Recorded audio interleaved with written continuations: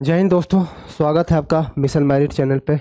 और आज का टॉपिक बहुत ही मज़ेदार होने वाला है। तो इस टॉपिक का जो शुरू करने वाले हैं, तो आज हमारा टॉपिक जो स्टार्ट होने वाला है वो संविधान है। ठीक है, और संविधान से रिलेटेड यहाँ पे क्वेश्चन आएंगे। आपको कुछ क्वेश्चन है, वो क्वेश्चन भी आप देखिएगा और उस क्वेश्चन से जितने भी फैक्ट बनेंगे हम आपको बताते चलेंगे। ठीक है, तो आज से बिल्कुल पॉलिटिक आपको लगभग 600 से 700 क्वेश्चन जो है ओवरऑल प्रैक्टिस कराया जाएगा, फुल्ली प्रीवियस ईयर, जो कि आने वाले एग्जाम में जितने भी एग्जाम हो आपके, जो भी कंडक्ट आप दे रहे हैं, एग्जाम का प्रिपरेशन कर रहे हैं, उस चीज़ में आपको हेल्पफुल हो सके। ठीक है, तो आज हम लोग पॉलिटी का सीरीज हम लोग शुरू कर रहे हैं। और क्वेश्चन आपको सबसे प्रीवियस ईयर तकनीकी एकदम बिल्कुल बेस्ट एकदम लाया गया है एकदम, कि आप देखिएगा और लगेगा कि हाँ ये क्वेश्चन बिल्कुल एग्जाम में हूबहू छपेगा। ठीक है, चलिए हम लोग शुरू करते हैं आज का। थोड़ा सा क्वेश्चन को निकालते हैं और देखते हैं कैसा क्वेश्चन है आज। चलिए खुल जाओ भाई, थोड़ा खुल जाओ जल्दी। ये देखिए हमारा मिशन मैरिट है। आप इसको बहुत ज़्यादा शेयर कर सकते हैं, मतलब जितना हो सके उतना शेयर कीजिए, और प्लीज़ लाइक कमेंट जरूर कीजिए और बताइएगा कि हाँ एक ऐसा क्लास है। रिव्यू दीजिएगा तभी इंसान अपने आप में इम्प्रूव होता है। ठीक है, ऐसा नहीं है कि मतलब बिना रिव्यू दे रहे चल जाइएगा भाई। नेगेटिव ही दीजिए, पॉजिटिव जो आपके मन में वो दीजिए, लेकिन दीजिए जरूर, क्योंकि भाई हर इंसान कह सकते हैं ना कि अगर 100 लोग हैं तो 100 लोग आपको सच्चे चाहने वाले नहीं होंगे, उसमें 95 जो है आपको नेगेटिव ही बोलेंगे। ठीक है, 5 लोग ऐसे होंगे जो आपके बारे में पॉजिटिव सोचेंगे, तो उससे कोई मतलब नहीं है। बस आपका राय क्या है वो जरूर बताइएगा। अगर हम गलत है तो हमको गलत ही प्रूव कीजिएगा। ठीक है, आगे बढ़े। ये हमारा मिशन मैरिट है। आप इस चैनल को जितना हो सके उतना सब्सक्राइब कर सकते हैं, शेयर कीजिए। ठीक है, चलिए हम आगे बढ़ते हैं अपने क्वेश्चन पे। भाई क्वेश्चन, हाँ, भारतीय संविधान की अगर चर्चा की जाए तो थोड़ा सा एक फैक्ट जान लीजिए मेरे दोस्त, कि भारतीय संविधान जो है हमारा, इसको बनने में कितना समय लगा था, तो 3 वर्ष 11 माह और 18 दिन का समय लगा था। जो फैक्ट है आप वही भी चीज़ बता रहे हैं। ठीक है, जो क्वेश्चन में पूछा जाता है। और इसमें खर्च कितने हुए थे, तो खर्च हुए थे लगभग 64 लाख रुपये खर्च हुए थे। ठीक है, 64 लाख रुपये। ठीक है, और थर्ड आपका बनता है, इससे क्वेश्चन कभी कभी पूछ लिया जाता है कि कितनी बैठकें हुई थी, तो लगभग कहीं कहीं 166 देता है, कहीं कहीं 165 भी देता है। ठीक है, तो आप इस चीज़ को दोनों को ध्यान में रखिएगा। ये क्वेश्चन थोड़ा सा 2-3 पॉइंट है जो आप लोग जरूर नोट डाउन कीजिएगा। ठीक है, और पूछेगा क्वेश्चन आपका कि संविधान की पहली बैठक कब हुई थी, तो पहली बैठक जो हुई थी, पहली बैठक दोस्तों हुआ था 9 दिसंबर 1946 को। ठीक है, और दूसरी कब हुआ था, तो दूसरी भी दोस्तों हुआ था 11 दिसंबर 1946 को। क्लियर,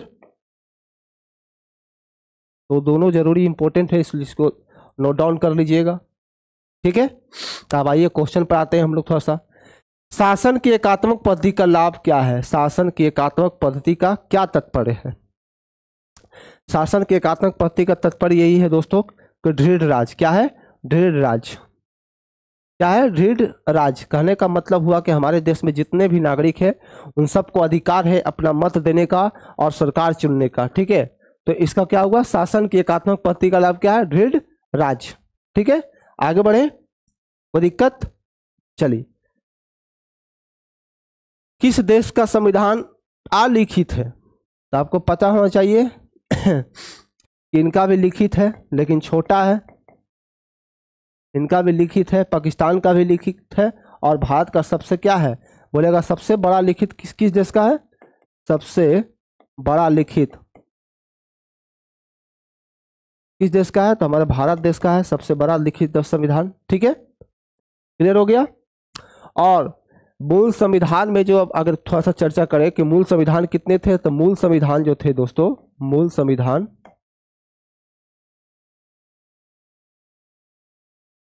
संविधान कितने थे, तो 395 अनुच्छेद थे। ठीक है, 22 भाग था और 8 गो अनुसूची थी। कितना थी, 8 अनुसूचियां थी। क्लियर है। कोई दिक्कत, कोई परेशानी? अभी बोलेगा तो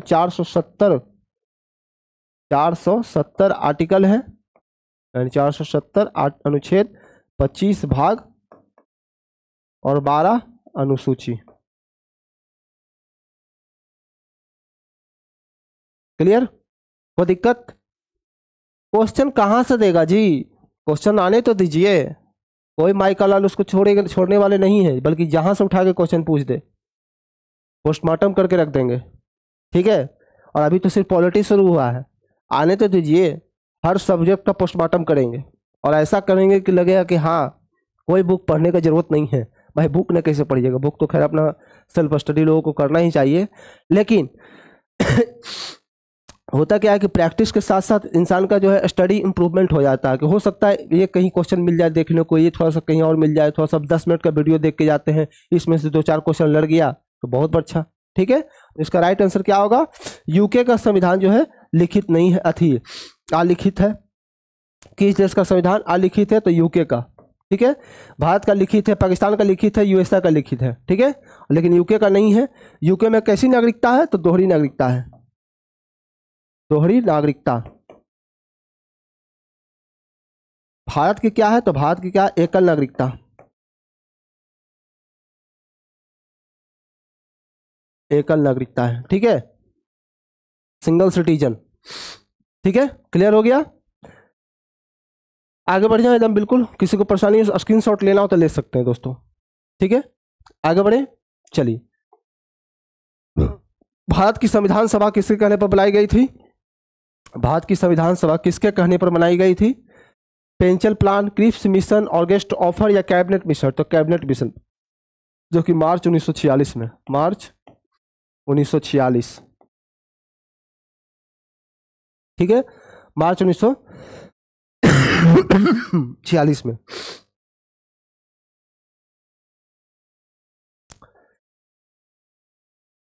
क्लियर हो गया? तो एक इसका आंसर क्या होगा दोस्तों? कैबिनेट मिशन, ठीक है? आगे बढ़े। भारत की संविधान सभा का अध्यक्ष कौन था? तो आपको पता होना चाहिए कि संविधान सभा का अध्यक्ष कौन थे? राजेंद्र प्रसाद। क्या थे? राजेंद्र प्रसाद। कौन थे? राजेंद्र प्रसाद। जबकि पहले कौन थे? पहले थे सच्चिदानंद, सच्चिदानंद थे, जो कि अस्थायी थे। क्या थे? अस्थायी, अस्थायी थे, ठीक है? और ये क्या थे? अस्थायी थे, अस्थायी अध्यक्ष, ठीक है? ये अस्थायी थे। बी एन राव कौन थे? तो सलाहकार थे, संवैधानिक सलाहकार, संवैधानिक सलाहकार, ठीक है? संवैधानिक सलाहकार थे। और पंडित जवाहरलाल नेहरू जो थे, इन्होंने उद्देश्य प्रस्ताव पारित किया था। क्या किया था? उद्देश्य प्रस्ताव,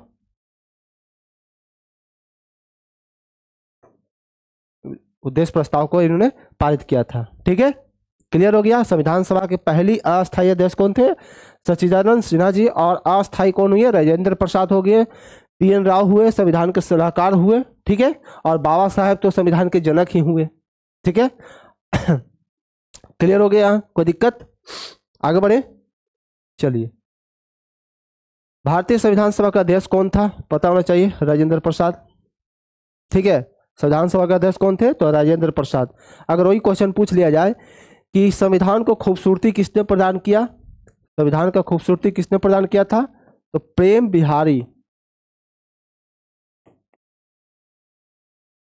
बिहारी राय ज्यादा, ठीक है? तो इन्होंने संविधान की क्या किया? खूबसूरतियों को प्रदान किया था, ठीक है? क्वेश्चन पूछ लेता है कि संविधान का खूबसूरती किसने प्रदान किया था? तो प्रेम बिहारी राय ज्यादा, ठीक है? कोई दिक्कत?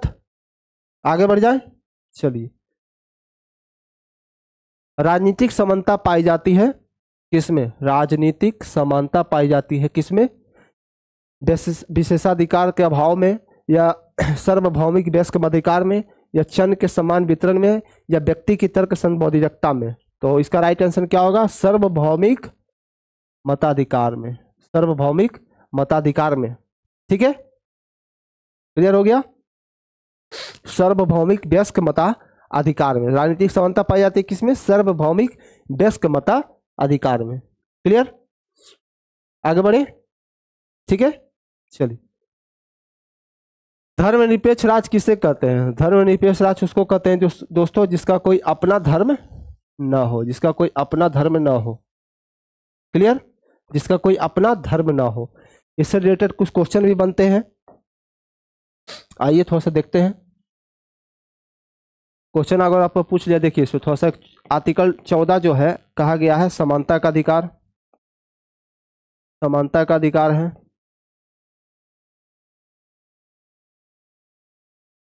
आपका 15 में कहा गया है धर्म जाति, धर्म जाति लिंग के अभाव में भेदभाव न हो, लिंग के अभाव में भेदभाव। ठीक है, ये दोनों आर्टिकल जो है कहने, इसको याद करने का तरीका है दोस्तों 7 + 7 14, हम 7 हैं। इस देश का जितने भी नागरिक हो, हम हो या कोई भी हो, सब हम लोग क्या है? इक्वल हैं, कोई अलग नहीं है। यही तो हमारे खूबसूरती प्रदान किया गया। ठीक है, तो आगे बढ़े। ठीक है, धर्म जाति लिंग का भाव के प्रदान करता है, तो अनुच्छेद 15। ठीक है, क्लियर हो गया। चलिए थोड़ा सा कॉल आ रहा है दोस्तों, हेलो, तो ये कॉल आगे आगे देखेंगे। तो इसका आंसर क्या होगा? जिसका अपना कोई धर्म ना हो। चलिए, हेलो, थोड़ा सा करते हैं सर, क्लास ले रहे हैं। ठीक ठीक,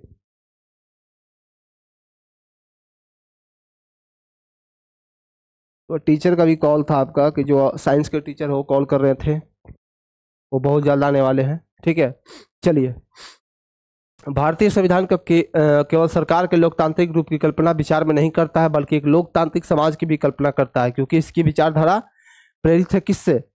भाईचारे से। किससे? भाईचारे से। किससे?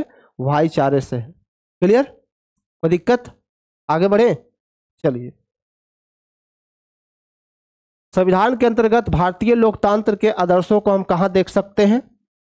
तो इसको देखते हैं दोस्तों प्रस्तावना में। कहाँ? प्रस्तावना में। प्रस्तावना में हम देखते हैं, जो कि 1976 में 42वें संविधान द्वारा संशोधित दो चीज किया गया था। ठीक है, और इसको मिनी संविधान भी बोलते हैं, मिनी संविधान भी बोलते हैं, मिनी संविधान, मिनी संविधान बोलते हैं। अब तक प्रस्तावना को कितना बार संशोधन किया गया है? तो एक बार, बस वही 1976 में। ठीक है, तो उस भारतीय संविधान के अंतर्गत भारतीय लोकतंत्र के आदर्शों को हम कहाँ देखते हैं? प्रस्तावना में। ठीक है, भाग 3 आपका मौलिक अधिकार हुआ, मौलिक अधिकार हुआ। ठीक है, लगभग 12 से 35 तक है। क्लियर हो गया? किसी को कोई दिक्कत? ठीक है, क्लियर हो गया यहाँ तक? किसी को परेशानी हो जरूर कमेंट में बताइएगा। तो इसका राइट आंसर क्या होगा? प्रस्तावना। ठीक है, आगे बढ़े। संविधान की प्रस्तावना प्रियम्बल में भारत को किस रूप में घोषित किया गया है? तो इसको बोला गया है एक प्रभु संपन्न, समाजवादी, पंथ निरपेक्ष और लोकतांत्रिक और गणराज्य। ठीक है, एक प्रभु संपन्न, समाजवादी, पंथ निरपेक्ष, लोकतांत्रिक और गणराज्य। तो इसका राइट आंसर क्या होगा दोस्तों? Option number C. क्या होगा? ऑप्शन नंबर सी इसका राइट आंसर हो जाएगा। ठीक है, आगे बढ़े। चलिए देख लीजिए आंसर, एक बार फिर से देख लीजिएगा इसका। एक प्रभु संपन्न, समाजवादी, पंथ निरपेक्ष, लोकतांत्रिक और गणराज्य। ठीक है, क्लियर है? चलिए, भारतीय गणतंत्र की संवैधानिक स्थिति 26 जनवरी 1950 को संविधान लागू होने के समय क्या थी?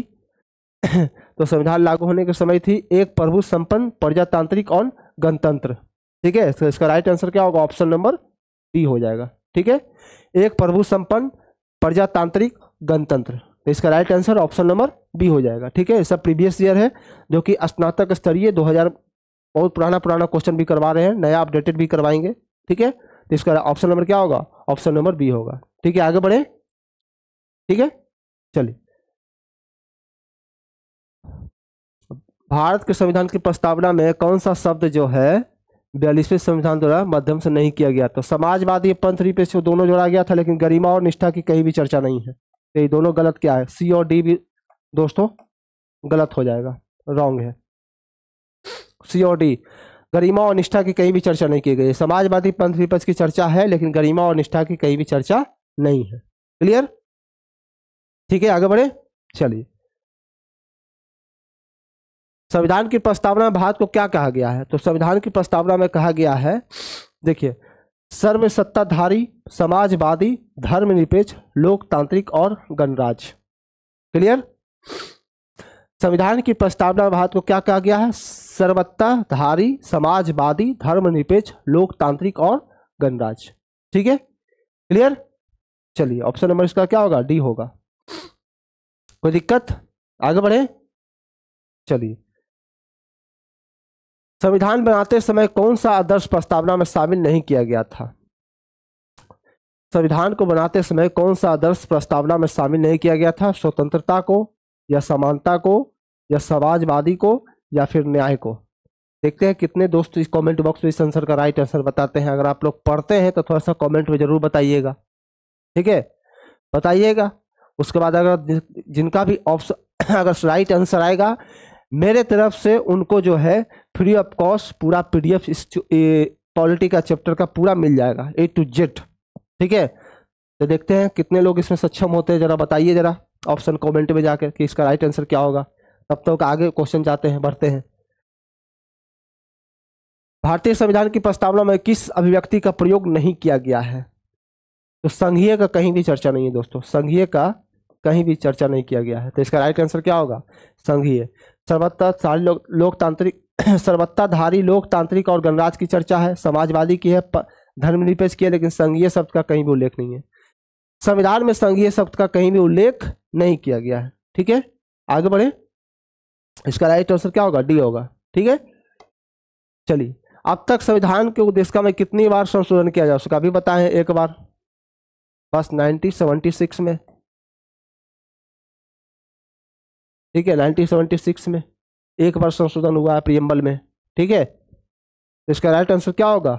एक बार। ठीक है, आगे बढ़े। चलिए, हमारे संविधान की प्रस्तावना में उल्लेख नहीं है। किसका उल्लेख नहीं है? तो वयस्क मताधिकार का, वयस्क मताधिकार का उल्लेख नहीं है। सॉरी, भावस्क मताधिकार का, सॉरी वयस्क नहीं, भावस्क। हालांकि वयस्क होना चाहिए, कट गया यहाँ पर। वयस्क मताधिकार का चर्चा नहीं है। न्याय का है, भारतीत्व का है, प्रतिष्ठा का, समानता का भी है, लेकिन इसका चर्चा कहीं नहीं किया गया। ठीक है, क्लियर हो गया? तो ऑप्शन नंबर डी आपका क्या है? Right answer. ठीक है, आगे बढ़े। चलिए, संविधान के निर्माताओं के मनोभाव और आदर्श प्रतिबिंबित होते हैं मूल अधिकार में, राज्य के नीति निर्देशन सिद्धांतों में, प्रियम्बल में, या मूल कर्तव्यों में? तो इसका भी राइट आपका जो है कमेंट में जरूर आप लोग बताइएगा। एक क्वेश्चन आपके लिए है। ठीक है, एक क्वेश्चन हम आपके लिए छोड़ के जा रहे हैं। आपका VBI क्वेश्चन है, तो जरूर बताइए कमेंट में आके। देखते हैं कितने दोस्त इसका बताते हैं राइट आंसर। ठीक है, आगे बढ़े। भाई हम ही बताएं, कुछ तो आप लोग बताइएगा, तब तो जानेंगे कि आप तैयारी कर रहे हैं। पता चला कि पॉलिटी से 10 क्वेश्चन आ रहा है, बन रहा है एक एगो। ठीक है, तो ऐसे बस बना बनाया खाना मत खाइए, कुछ अपने से भी देखिए कि क्या हमसे बन सकता है कि नहीं बन सकता है। तो इसका राइट आंसर आप लोग कमेंट में दीजिए, तब हम लोग जानेंगे कि हाँ भाई आप भी पढ़ रहे हैं, तब ना थोड़ा सा एनर्जी मिलता है। ठीक है, चलिए आगे बढ़ते हैं। भारत के संविधान में संघीय शब्द का प्रयोग कहाँ हुआ है? कहीं भी नहीं है। संविधान में क्या है? कहीं भी नहीं किया गया है। भाग 3 में आपका मौलिक अधिकार है। भाग 3 में क्या है? मौलिक अधिकार है। ठीक है, अनुच्छेद संशोधन करता है। संविधान का संशोधन करना होता है किसमें? 368 के अंतर्गत जाते हैं हम लोग। संशोधन के बारे में चर्चा है, लेकिन संविधान में संघीय शब्द का कहीं भी प्रयोग नहीं है। तो इसका राइट आंसर क्या होगा? Option number D. ठीक है, क्लियर? किसी को दिक्कत हो तो जरूर बताइएगा। ठीक है, आगे बढ़ जाए। चलिए, संविधान में संयोजित भारत का वर्णन किस प्रकार किया गया है? क्या एक राज्य संघ बोला गया है, या अर्ध संघीय बोला गया है, या राज्य अथवा संघ राज्य क्षेत्रों का परिसंघ बोला गया है, या एकात्मक अथवा अंशत संघीय बोला गया है। ठीक है, तो आप लोग जरूर जल्दी बताइए। तो जब तक हम थोड़ा सा लैपटॉप चार्ज कर लेते हैं दोस्तों। चलिए, बैटरी लो हो गया था इसलिए सिग्नल दे दिया था थोड़ा सा। ठीक है, तो इसका राइट आंसर क्या होगा? भारत को राज्यों का संघ कहा गया है, राज्यों का संघ। ठीक है, क्लियर? आर्टिकल 1 में कहा गया है दोस्तों, अनुच्छेद 1 में। ठीक है, अनुच्छेद में क्या बोला गया? भारत राज्यों का संघ होगा, और इसका राइट आंसर क्या होगा? राज्यों अथवा संघ राज्य क्षेत्रों का एक परिसंघ। क्लियर? कोई दिक्कत? आगे बढ़े एकदम बिल्कुल। चलिए, भारतीय संविधान के अनुच्छेद 1 में क्या कहा गया है? इंडिया अर्थात भारत राज्यों का संघ होगा। क्या होगा? भारत राज्यों का संघ होगा। वाह, अभी बताए क्वेश्चन। और अगर आपके पूछ लिया 2 क्या कहता है, तो नए राज्य का प्रवेश, नए राज्यों का प्रवेश होगा, नए राज्यों का प्रवेश। ठीक है, अनुच्छेद 3 बोलेगा तो राज्य की सीमा, राज्य की सीमा, नाम परिवर्तन कर सकते हैं। ठीक है, तो इसकी चर्चा की गई है आपका आर्टिकल 3 में। आर्टिकल 2 में नए राज्य का प्रवेश होगा, और 3 में क्या होगा? नए राज्य का नाम, सीमा बनाने का, ये सब क्या है? संशोधन करने का अधिकार क्या है? आर्टिकल 3 में है। ठीक है, तो हमारा लास्ट स्लाइड था दोस्तों, आज के लिए बस इतना ही।